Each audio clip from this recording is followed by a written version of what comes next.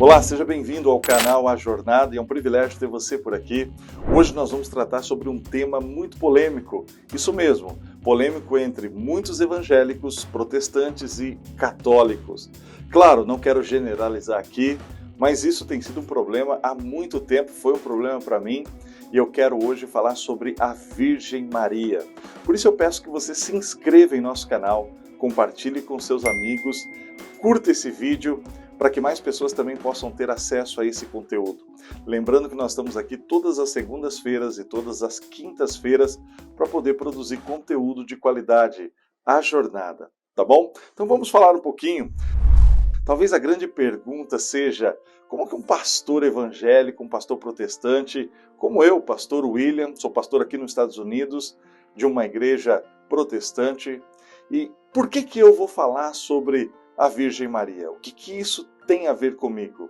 Eu gostaria aqui, claro, não é novidade para todo mundo que existe essa dificuldade para muitos evangélicos entender quem é Maria e alguns até criam uma certa dificuldade. E também alguns católicos que talvez, por não entender a doutrina da igreja, os dogmas marianos, eles acabam levando para um outro patamar de entendimento, criando aí essa dificuldade. Mas, claro, nós não estamos aqui para falar sobre os extremos, nós estamos aqui para falar sobre uma posição equilibrada e uma posição bíblica. E para isso a gente precisa voltar um pouco. Vamos lá para Nazaré, vamos conhecer um pouquinho da vila de Maria, isso mesmo, um vilarejo bem pequeno, mais ou menos 300 a 400 habitantes.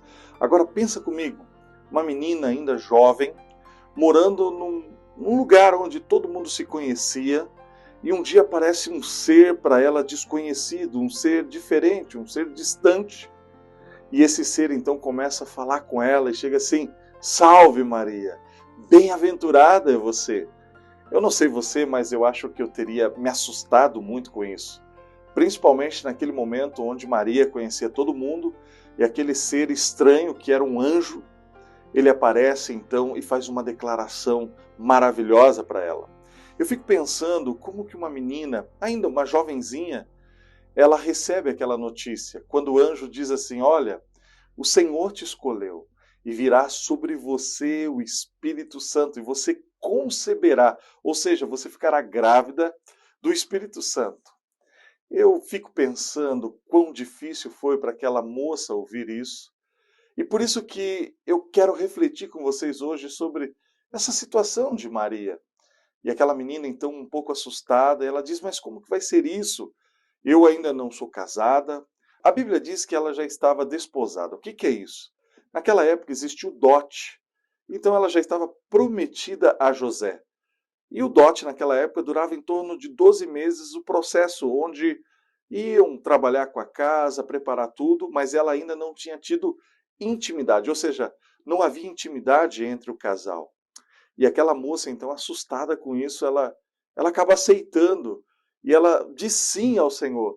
E esse eu acredito que é o maior sim que alguém pode dar. É o sim ao Senhor.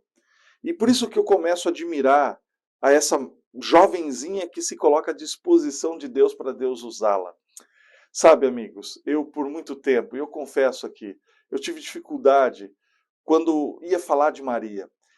É estranho, porque eu nunca tive dificuldade, por exemplo, de cantar músicas. Olha, a gente precisa ser como Daniel, a gente precisa ser como Abraão, a gente precisa ser como Josué. Tinha até uma música que cantava "Vem com Josué lutar em Jericó", mas sempre quando tinha que falar de Maria, parece que havia uma barreira e eu confesso que eu não entendia o porquê dessa barreira. E eu comecei a estudar cada vez mais, e essa jornada em busca da verdade.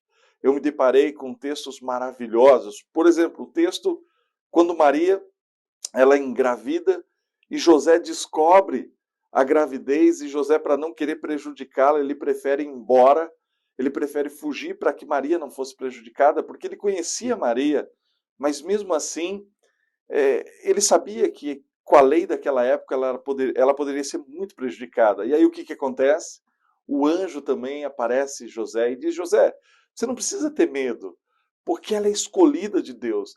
Ela foi separada." Sabe, a palavra separado aqui é uma palavra maravilhosa, porque a palavra em hebraico significa que ela foi separada para uma missão específica, ela foi santificada, ela foi retirada daquilo que é normal.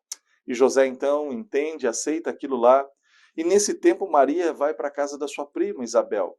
E você conhece a cena, quando ela chega, as crianças no ventre, ali, o ventre já se mexe, e ela chama ali a mãe do meu Senhor, Isabel fala. Sabe, eu começo a olhar essas coisas na Bíblia Sagrada e eu começo a entender então que há algo especial realmente em Maria, algo especial diferente daquilo que há em mim, diferente daquilo que há talvez em toda a humanidade. Talvez não, com certeza, né? Em toda a humanidade. Ela foi escolhida por Deus para ser a mãe do nosso Senhor Jesus. Ela foi escolhida a Deus para poder ter no seu ventre o Deus Todo-Poderoso, o Emanuel, como disse Isaías, né? Que a Virgem conceberá e dará à luz a um filho. Ou seja, uma profecia com mais de 600 anos antes da vinda de Jesus. Essa profecia acontece e agora nós vemos então Jesus chegando através do ventre de Maria, através do Espírito Santo ela pôde conceber.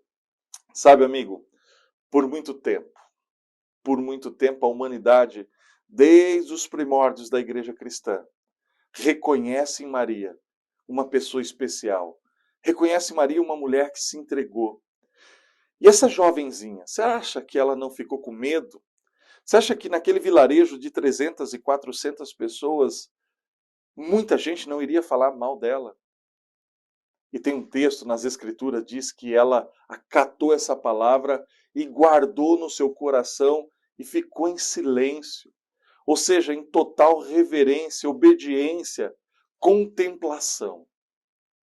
Eu não sei se eu teria essa disposição. Ou melhor, eu não teria. Sabe, amigos, eu estou falando aqui com você agora, eu como pastor, durante esses 25 anos, talvez eu não tenha pregado mais do que 3, 4 sermões sobre Maria. Mas agora revendo todo o meu conceito ministerial, eu vejo assim, por que eu não preguei? Por que eu não falei de uma mulher que colocou o Senhor Jesus nos seus braços, o amamentou, o tratou com carinho, com amor, e até o final da vida Deus permitiu que ela estivesse lá com Jesus na cruz do Calvário. Enquanto todos fugiram, somente João ficou, e a outra Maria, ali estava a mãe de Jesus, a mãe do meu e do seu Senhor. Maria, então, depois vem aquele recenseamento, José toma a sua esposa e ele não quer deixá-la ali para que ela não seja prejudicada, maltratada. E aqui a gente vê outra beleza, né? Em José. Que homem, né? Que homem. Homem que faz falta nos dias de hoje. Homem que tem um coração que seja um coração entregue ao serviço, à doação. Que exemplo para nós. Então eles vão, você conhece a história, os pastores chegam e Jesus nasce ali naquela estrebaria. Ou seja, Deus se faz homem, Deus se encarna, o grande mistério da fé acontece. E aonde acontece? Nos braços dessa menina que soube dizer sim ao Senhor. Claro, Maria, ela não é Deus. Maria, ela não está numa posição de ser adorada. Mas isso não significa que nós não devemos honrá-la. Isso não significa que a gente não deve olhar para ela com carinho, que a gente não deve ter nela um exemplo. Quantos jovens, quantas pessoas nos dias de hoje têm como exemplo outras Marias, como cantoras, mulheres que andam aí sem roupa, mulheres aí sem pudor nenhum, e às vezes a gente deixa de olhar para aquela que é um exemplo de fé, de cristianismo, de temor a Deus e de entrega a Deus. Eu estou falando, sim, da Virgem Maria. E eu, como pastor, ao ler as Escrituras Sagradas, e eu conhecer um pouco mais sobre a vida de Cristo, eu não consigo ver Cristo sem Maria. Eu não consigo, me perdoe aqui, eu não consigo enxergar Cristo sem a sua mãe ao lado, correndo, treinando, capacitando, modelando e abençoando seu filho. Irmãos, amigos e você que está aqui. Lembre-se de uma coisa, nós precisamos de exemplos. Exemplos que a gente possa olhar e dizer assim, eu quero viver uma vida como esta pessoa viveu. E Maria deve ser colocada hoje por todos nós. Deve ser colocada na galeria dos heróis da fé. Deve ser colocado como a mulher mais bem-aventurada que já existiu em toda a terra. A mulher que pôde receber dentro de si, no seu ventre, o próprio Deus. Agora, saiba de uma coisa. Jesus era 100% Deus e 100% homem. E Jesus sendo 100% homem, então ele sentia frio. E aonde que ele foi se acolher, se aquecer? Nos braços de sua mãe. Como homem, Jesus sentiu medo. Como homem, Jesus se machucou, talvez correndo. Como homem, Jesus precisou receber uma colher de alimento, precisou receber leite no seio de sua mãe. E quais são os braços que o acolheu? Os braços de Maria. Como homem, quando Jesus foi para a cruz, ele se sentiu com medo, sozinho. E quem estava lá ao seu lado? Sua mãe, Maria. Então nós não podemos ignorar. E eu agora peço aos meus irmãos evangélicos que você, por favor, preste atenção. Que muitas vezes nós, como evangélicos, achamos que Maria está concorrendo com Jesus pela adoração. Isso não é verdade. Tanto que toda a Escritura, Maria sempre está apontando para Jesus. Você reconhecer Maria, você está reconhecendo Jesus. Você amar a Maria, você está amando a Jesus. Não tem como você dizer que ama Jesus sem que você reconheça a Maria, sem que você reconheça esse instrumento que Deus nos deu, que foi essa menina que disse sim. E você sabia que naquela época de Maria, muitas pessoas acabaram caluniando, achando que Jesus na realidade não era filho de José, ou melhor, não era filho de Deus, que Jesus era filho de um soldado romano chamado Pantera. E você sabia que até na Segunda Guerra Mundial tentavam dizer que Jesus não era judeu, mas sim romano, porque foi um caso de Maria com um soldado romano?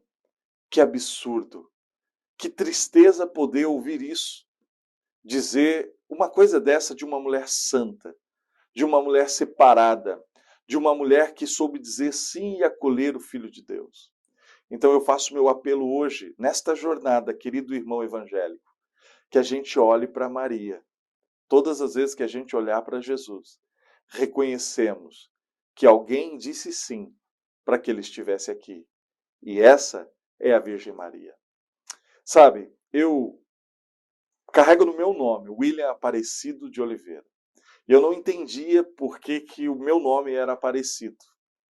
Até que um dia, conversando com a minha família, eu descobri que a minha família usou esse título porque os meus tios, eles eram totalmente marianos. E eles colocaram esse nome em mim, porque foram meus padrinhos na infância, e eu sempre tive vergonha de usar esse nome. Até descobrir que eu amava a Virgem Maria. E hoje eu não tenho mais problema com o meu nome do meio, William Aparecido. Sabe por quê? Porque eu reconheço em Maria um exemplo para mim como pastor. Porque como pastor eu tenho que dizer sim todos os dias ao Senhor. Como pastor, muitas vezes eu tenho que silenciar o meu coração diante desse mistério para poder deixar com que o Espírito Santo me use. Não me compara a Maria e não sou 1 milímetro comparado a tudo que ela viveu, a tudo que ela fez. Mas eu posso dizer a você, querido amigo, querido irmão, hoje eu como pastor evangélico, eu aprendi a amar a Maria. E quando eu chegar no céu, claro que eu quero abraçar Jesus e dizer muito obrigado, porque Ele é o meu Senhor, assim também como Ele é o Senhor de Maria. Assim como Ele é o meu Salvador, também é o Salvador de Maria. E juntamente com Jesus, eu quero conhecer a Maria, poder dar um abraço nela, poder gastar tempo com ela no céu, se Deus me permitir, e poder conhecer aquela mulher que é um exemplo para todos nós, em mais de 2000 anos de história do cristianismo, a bem-aventurada Virgem Maria. Eu reconheço que ela não salva ninguém. Eu reconheço que ela não é Deus. Eu reconheço que na história da redenção não pode, não fez a obra da salvação, mas ela participou juntamente com o seu filho Jesus, dizendo sim a Deus e permitindo que ele estivesse aqui no mundo. Mas ela é um exemplo de vida para mim e para você. Ao estudar os dogmas marianos, que são 4, eu fiquei muito encantado com aquilo que eu estudei. Fiquei muito encantado com aquilo que eu aprendi. E tristemente eu sei que muitas pessoas que têm isso há 2000 anos, muitas vezes não conhece, não valoriza e não ama. E aqui o meu apelo é a você, que conhece, mas por algum motivo, não sei qual, e também não estou aqui para julgar você, mas muitas vezes você não ama, não respeita e não segue o exemplo. No cristianismo hoje, onde a gente vive num mundo maluco, num mundo louco, onde as pessoas muitas vezes não querem saber de Deus, aqui está o exemplo da Virgem Maria, para mim e para você, de alguém que soube dizer um sim a Deus. Bem, nós estamos chegando ao final desse programa e eu quero convidar você a se inscrever neste canal A Jornada. Todas as segundas e quintas-feiras você vai encontrar um vídeo aqui. E sobre o que é essa jornada? Talvez você vai me perguntar. É sobre uma busca sincera da verdade que eu tenho feito sobre as religiões. Eu tenho descoberto cada coisa que tem mudado a minha vida, me transformado. E você também pode participar. Vem comigo nessa. E eu recebi algumas mensagens de algumas pessoas, porque me ouviram num outro vídeo cantando Salve Rainha. Então, atendendo a esses pedidos, eu gostaria aqui de cantar essa música, esse hino, que é antigo, medieval, que fala sobre Maria em latim. Agradeço a todos vocês que nos assistiram e a gente se vê no próximo programa. Vamos cantar? Salve Regina, Mater Misericordiae, vita dulcedo, expis nostra salve. A te clamamus, exules filii Eve, a te suspiramus, gementes e flentes, in lacrimarum vale. Eia ergo advocata nostra, illos tuos misericordes oculos ad nos converte. Et Jesum benedictum fructum ventris tui, nobis post hoc exilium ostende. O clemens, o pia,